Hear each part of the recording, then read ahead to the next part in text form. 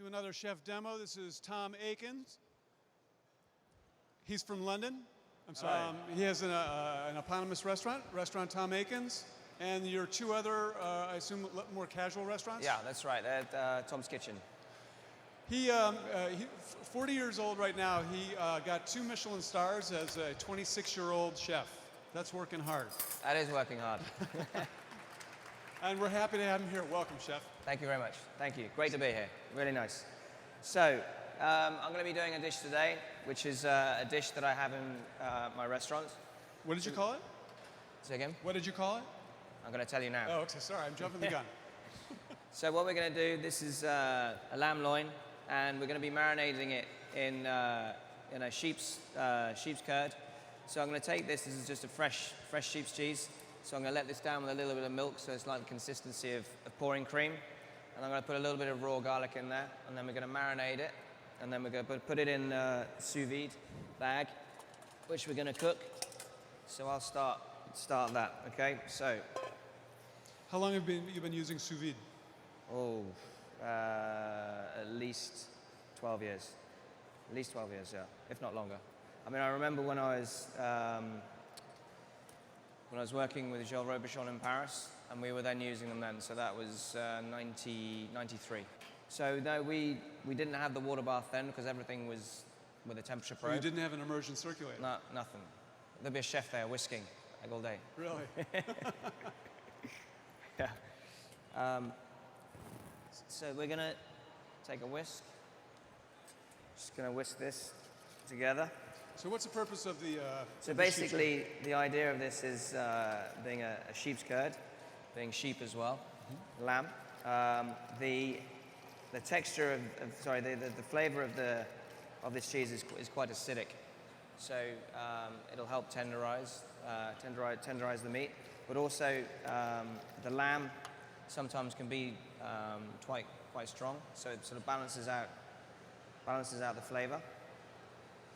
And also in terms of the obviously it being a red meat, it kind of neutralizes the color a bit as well. So you get a very much sort of an even coloring through cooking. Obviously cooking it at a low temperature. Mm-hmm. So what we're going to do, we're going to take a little bit of garlic here. I'm going to grate that into here on the microplane. Just a tiny amount, not too much. Just a small amount. And that's it. That's all we need. Otherwise, too strong. Okay. And then we're going to put a little bit of salt as well. Just season that up.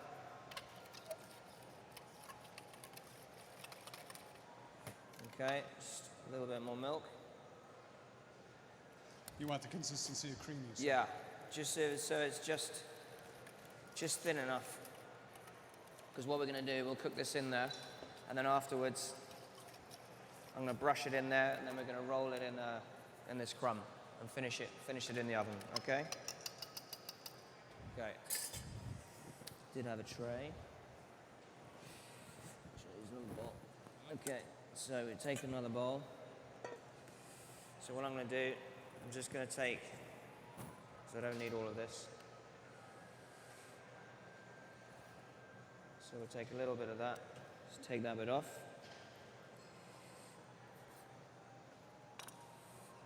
Do the same on the other one.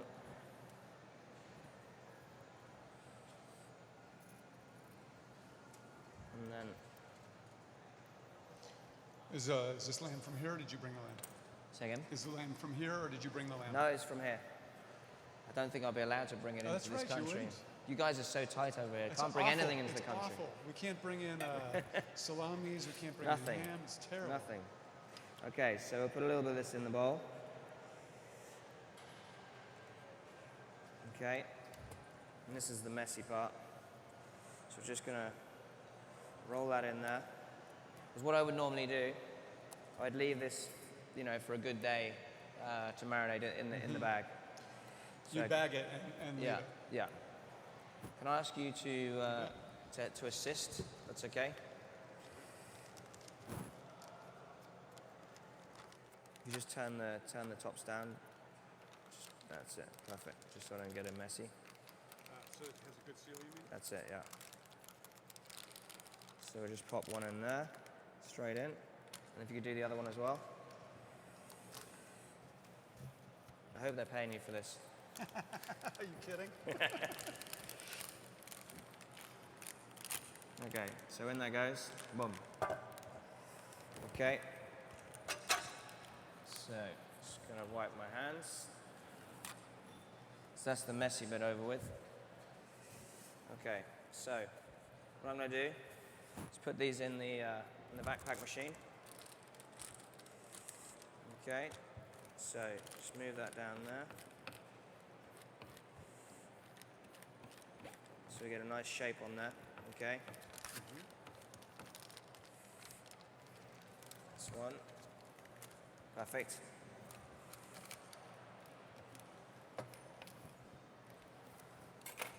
Okay, so we take those straight in here.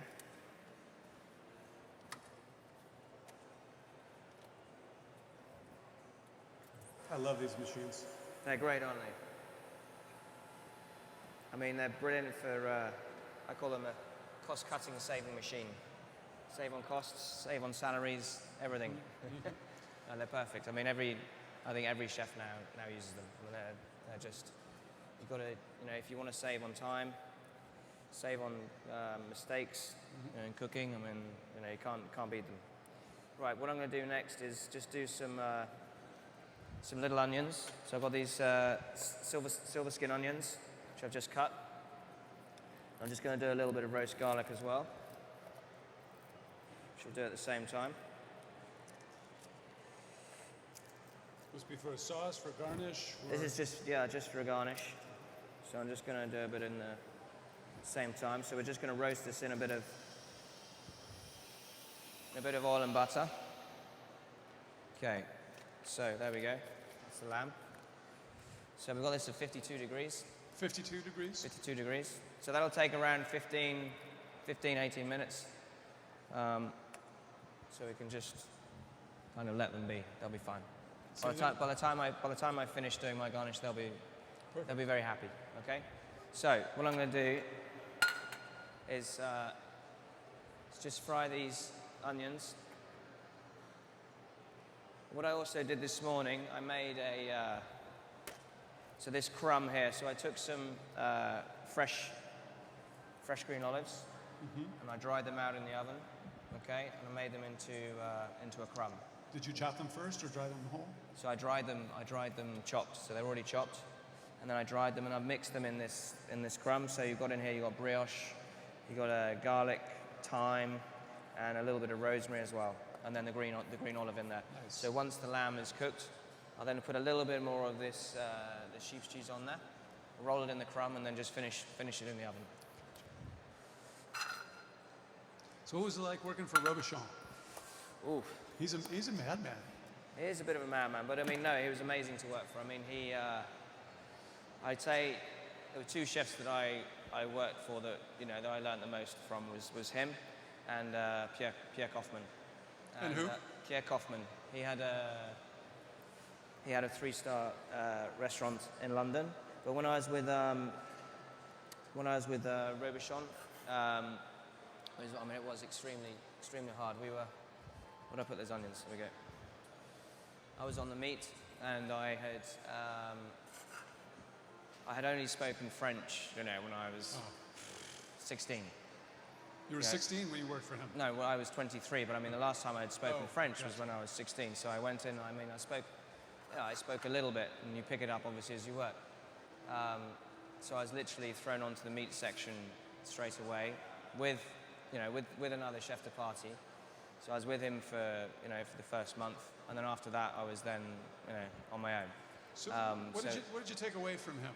I think the definitely attention to detail. I mean, in terms of, just to put it in perspective, there was same amount of customers as there were chefs. So you had 60 customers, and you had 30 chefs, and then 30 waiting staff. So it was just crazy, the amount of sort of ratio to customers. I'd say there's sometimes probably more staff than actual customers. But no, I mean the intensity of the service as well was something else as well. I mean no one was allowed to talk a word. So he was the only one that spoke, and if you spoke above him or you spoke to him, you were gone, out, bye bye. It was crazy. So if you missed a check come on, your entree or your main course, You weren't allowed to say. you weren't allowed to ask, and if it came around the main course that you missed something, then again you were sacked and you would go. So yeah, you had to listen. So it was That's very hard. stressful. Yeah, it was stressful, but it was a lot of fun. I mean, as I said, I learned a lot about the detail, the intricacy of dishes. He was very much sort of, doing a lot of intricate details, a lot of dots on the plate, and very sort of using lots of little herbs and everything. So on each section, there was probably about anything between 4 and 8 chefs, and everything. The quality of the ingredients as well was unbelievable. I mean, I never seen such amazing produce. The truffles and the foie gras and ceps, all the meat, the fish was just exceptional. I mean, his one thing about him was that he would never accept second best in anything. Absolutely everything was the best of the best, really was. And the chefs there were very, very committed to working for him, because the thing was he was the chef to work for. Everyone wanted to go and work for him, and you knew if you sort of messed up, there'd be another chef the very next day to replace you. So the pressure was really on you. So we were all working very, very long hours. I mean, it was one of the hardest places that I ever worked in. I mean, literally from 6 o'clock in the morning until 1 o'clock, 2 o'clock at night. So it was full on. Oh, I can believe that. Eric Repair worked for him in the 80s, and he would become physically ill the day before work. Yeah. And Nerves. Yeah. Oh, he was a young cook and terrified. Yeah. Yeah. But when you come out of there, your muscle. You've got to be a really strong cook when you come out of there. Yeah. No, There's you do. nothing Yeah. you can't do. Completely. So I mean, I just did the meat when I was there, but I learned an incredible amount. Absolutely, not only sous viding. So what do you've got? Some olive oil in there? Okay. So all I've got in there is some Butter? olive oil, some butter, some garlic, a little bit of garlic, a little bit of rosemary, a little bit of thyme. So all I'm going to do is sear those, and then I'll just finish them flash them in the oven. And then this here is a mashed potato, which I made this morning. So what I'm going to do is I'm going to finish that with some of the a hard sheep's cheese, okay, which is this here. So I'm just going to grate that in there, and then with some raw garlic as well, okay. And what kind of cheese is this? I normally use this is called Ossa Errati, which is a hard Provençal sheep's cheese. It's the one I normally use. This one I cannot tell you. It came from you guys. Okay. It'll work. It's a sheep's milk cheese. Yeah, Hard sheep's it is. Yeah. So what I'm going to do, I'm just going to grate this up.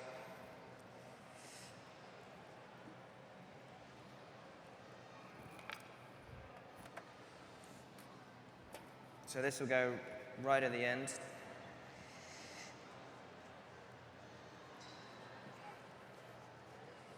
No, and then when I finished working with Joel Robuchon, I then went to work with another French chef in Champagne, in Reims, called Gérard Boyer. And again, it was very, very, very, very different.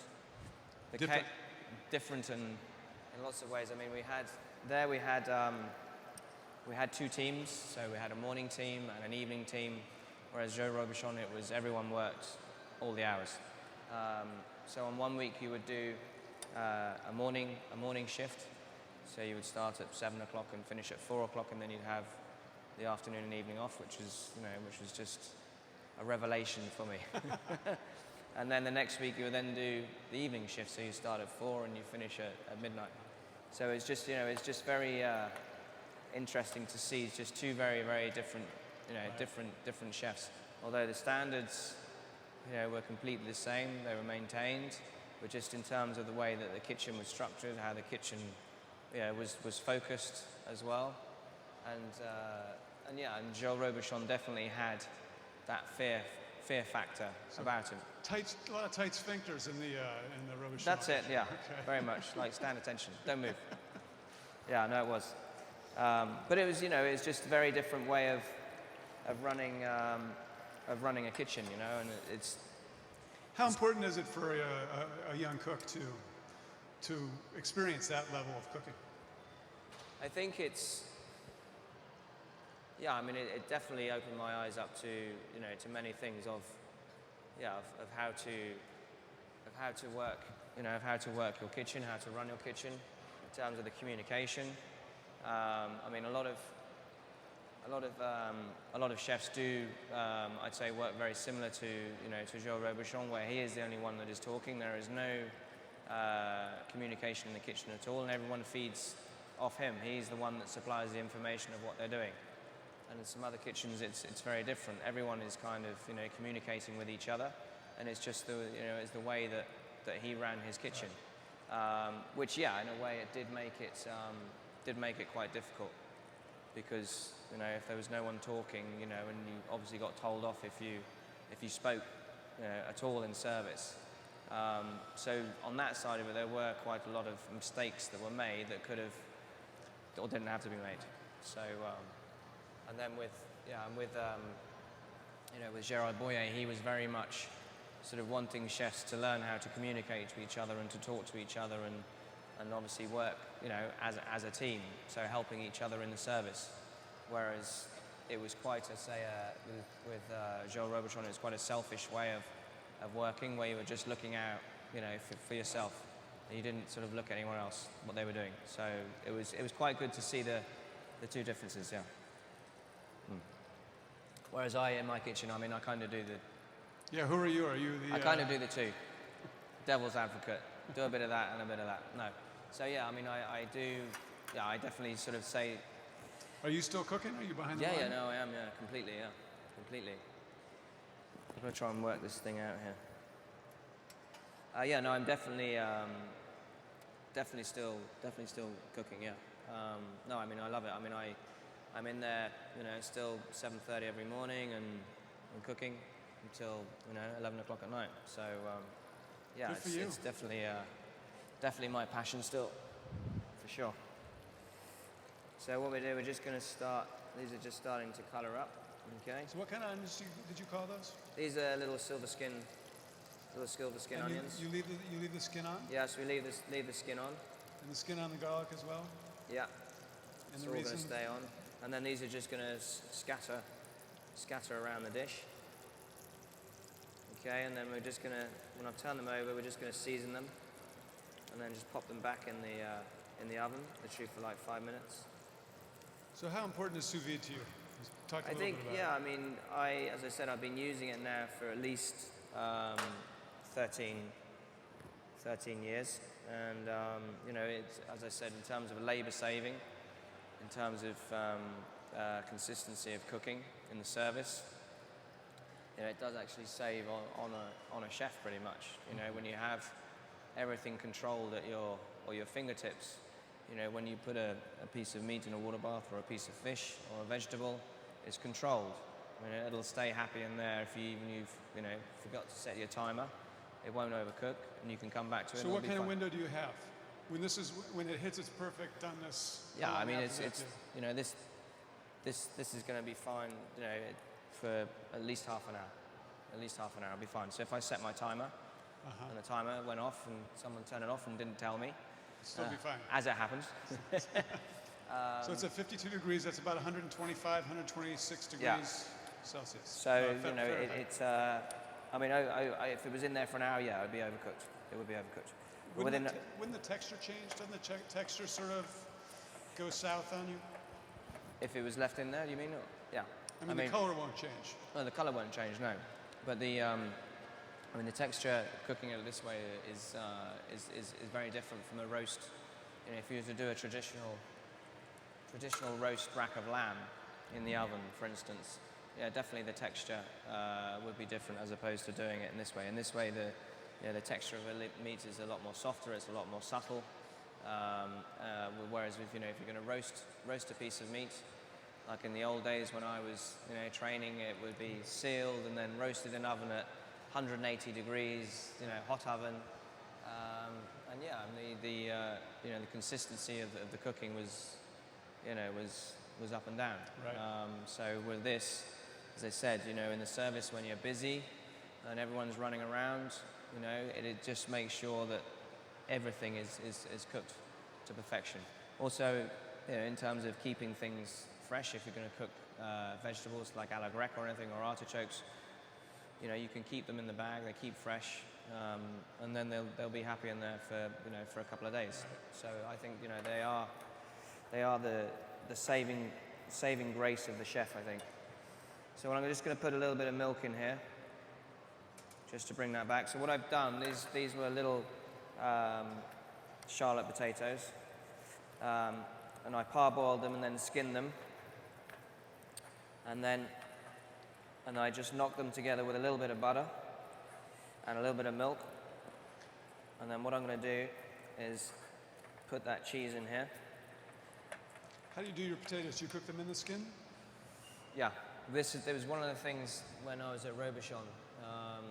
He was famous for his mashed For this, so you well, learned this for his there. mashed potato. Yeah. And the poor guys that were doing it, I mean, it was the hellish job ever. I mean, they would literally go through, 10 kilos of mash a day. I mean, a lot of mash. And the way that they would do it was, was very, very different. I mean, they would, obviously, they boil the potatoes, simmer the potatoes, the rat potato, and they peel the skin off, go through the mouli with the butter. And then afterwards they put it back, knock it. Goes through with butter? Yeah, Through the food through mill the with mouli, butter? through the mouli with butter, and then we would then add milk to bring it back to a consistency, and then it would go through the most finest sieve you'd ever seen. I mean, it was literally like a cloth. It was that fine, and it would take them, an hour and a half to pass the mashed potato. And the guys, doing the mash, their arms, were like this. So it used to take them just to do the mash alone, probably about 3 hours. It's ridiculous. And then the service, when we were doing the mashed potato, the way that they would do it, they would add more butter to it by whisking it in. So it would aerate. So you would start with maybe, say, 500 grams of potato, and at the end, you'd probably put about 1.5 kilos of butter. A kilo and a half? Yeah. So In about 700 grams of butter, so it's double the amount of butter to mash. You're whisking it in. So the potatoes are there just to hold the butter together? Yeah, exactly. So I say they're probably the most unhealthy mash you could ever have. Okay, so I'm just working this in. And he went, also he was very particular at how the mashed potato, would look in a bowl. And it had to look exact, so he'd do this like fanning shape with a spoon all the way around. And if it was, the spacing of the spoon was wrong, start again. So it was, for the guys doing that, it was, I'd say one of the most stressful things, because it was his reputation was his mashed potato. Yeah. So it was like nobody really wanted to do the mashed potato, and when you got it, it was kind of like if you did it and you did it well, you would get a good pat on the back, but not a lot of boys wanted to do it. I saw many of them just couldn't do it. It's just too much. It's a lot of work. It's a great technique, by the way. The microplane, yeah. Microplane garlic into the into the food. It's a great way to do garlic. So that's. But you got to be careful because the garlic's pretty strong at this point. Yeah. Okay. Just got to put a tiny bit more butter in there. So what I'm looking for is like to give the potato nice sort of glossy shine. And it'll start to come away from the sides of the pan. Now you just need to make sure you've got enough milk in there as well, so it brings it back together. You don't worry that you're overworking them and they'll become gummy, some No. people say? Too much butter in there. No, I mean it's just the way in terms of how the potatoes are cooked. I mean these again, it's kind of what I learned with Joel Robuchon. You know, doing the mashed potato. Thank God I didn't do it though. But I mean, you know, watching it, you learned and saw the mistakes that were made. So yeah, we cook the potatoes in the skin. So obviously then the water doesn't penetrate the potato as much. And that's what causes, sometimes causes the starch. Okay, so that's just about there. How are we doing for time? We're all right for time? What are we doing for time? Okay, right. So what I'm going to do now is have a look at that lamb.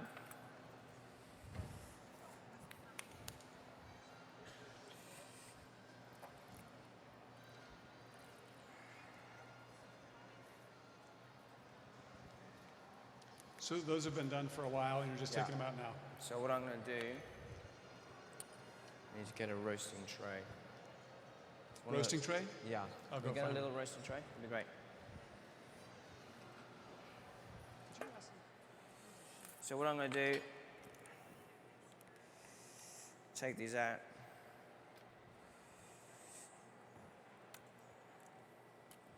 Just going to re-roll it in the in the cheese.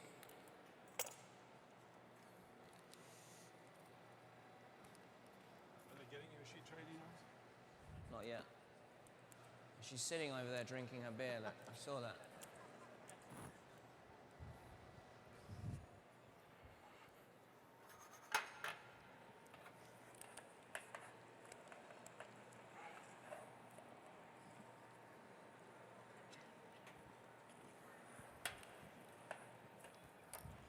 Okay.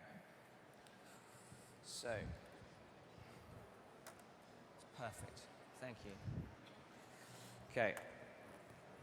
So what we're going to do, I'm just going to take crumb.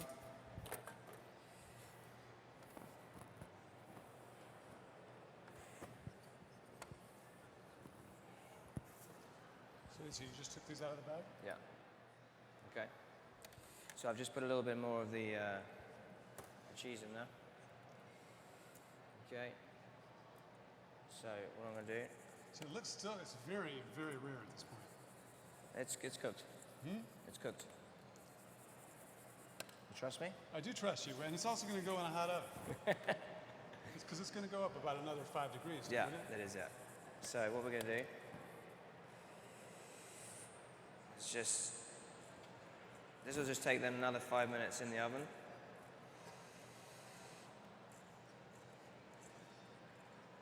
Okay, so just lay that on there. Same with the other one.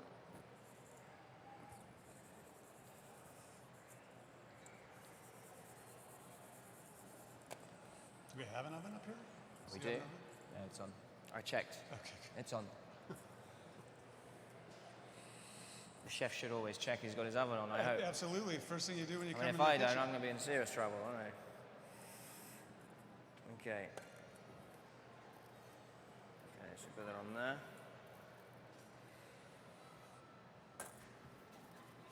Okay, pop that in the oven.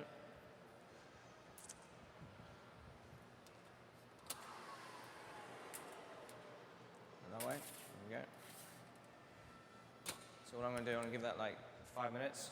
5 minutes there. I'll put sort of 2.5 minutes on one side, then turn it over, and then we're ready to go. Stuff here. And what do you So have? I made what is the sauce? So I made a lamb sauce. So I just took the bones from the rack, chopped them up, cooked them with some carrots, some onions, some shallot, garlic, quite classic, thyme, a little bit of black pepper, some tarragon, and then roast that all off, caramelized, and then some fresh tomatoes, some tomato paste, a little bit of white wine, and then some water, and that's it. Water. Yeah, that's it. So you just got the the natural lamb flavor in there, just with a little bit of tomato. And then what I'm going to do to that is just add a little bit of chopped tarragon. Okay. So just put these here.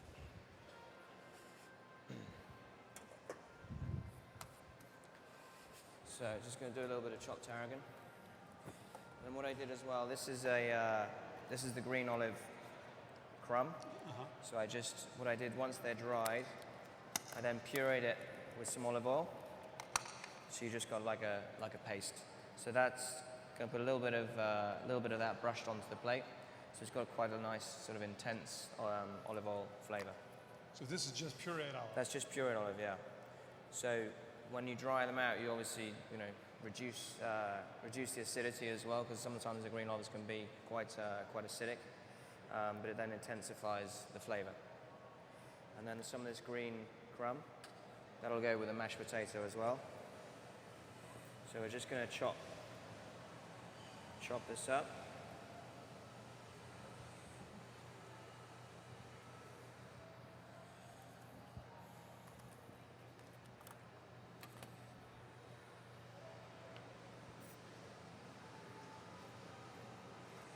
Got about another minute, turn that over.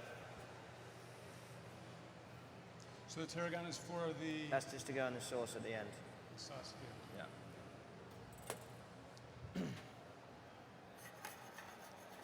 So all I'm going to do with that is just put a little tiny bit of butter, tiny bit, just to help thicken it up.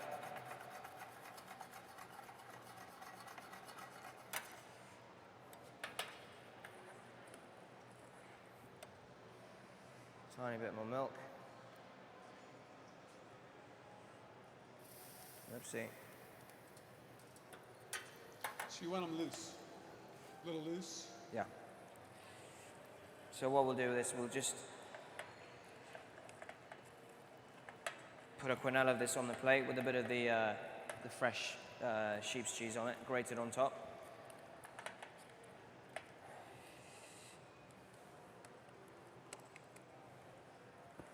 Okay, I'm just going to turn that lamb over.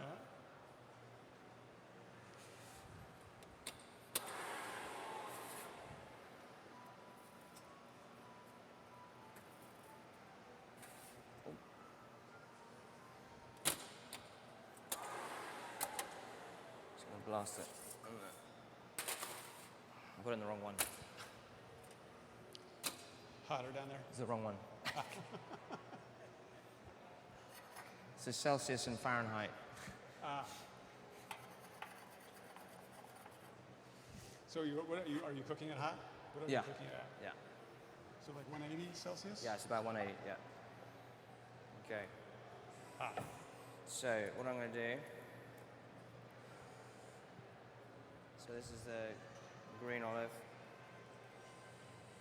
So we just put a little bit of that on the plate, which is quite intense. Don't need too much of it. That's it.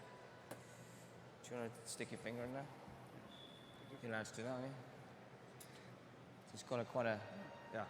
Powerful. Yeah, it's a strong. Really powerful. And then this is just the crumb. So put a little bit on there as well.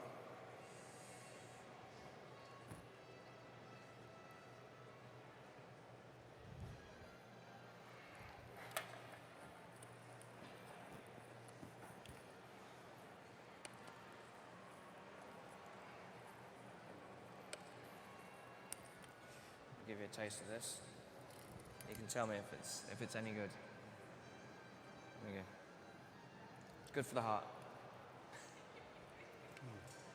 It's good? Those are good mashed potatoes. Yeah. Those are really It's good. The cheese Yeah, it's great. goes a long way. Yeah.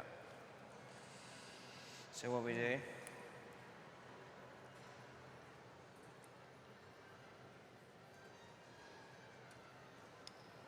okay. Really good potatoes. And then we're just going to put a little bit of the cheese on top.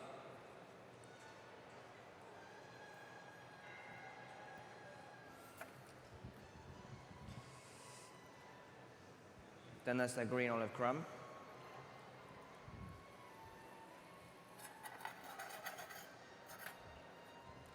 And the onions. So this is a dish. It's a dish I have on at the restaurant in a minute. Mm-hmm.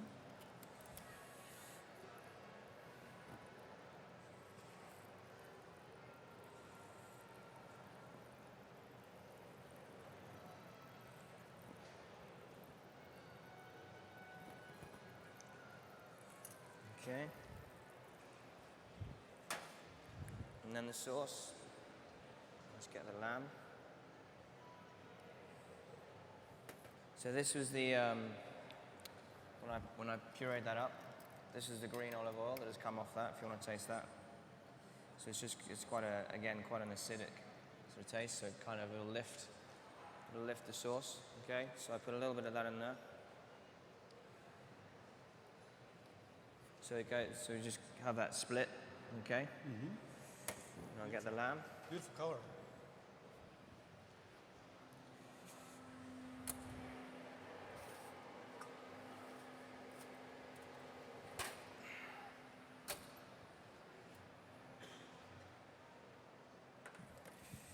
Okay, so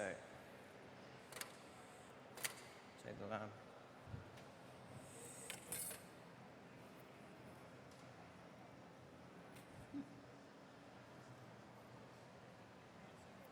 So what we do,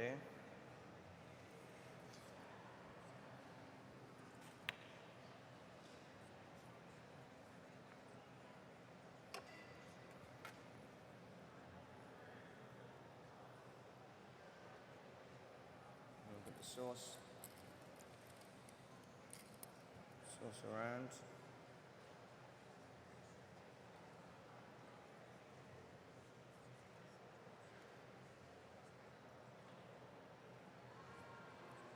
There we go. A beautiful, simple, elegant dish. Very nicely done. Thank Pleasure. you, Chef. Thank you very much. Thank you for the conversation. We have time for a couple of questions. If anybody has questions for Anyone have a for Chef. question for Tom Aikens? Okay, here we go. I was wondering, how do you transcend that training and that experience that you had with Chef Joel Robuchon, and then your other experiences also to your current staff now, accurately, while still knowing where they stand today as young chefs with the media exposure, the culinary schools, and their attitudes? I think, I think the way that kitchens are run now are obviously very different to when I was training. And in terms of,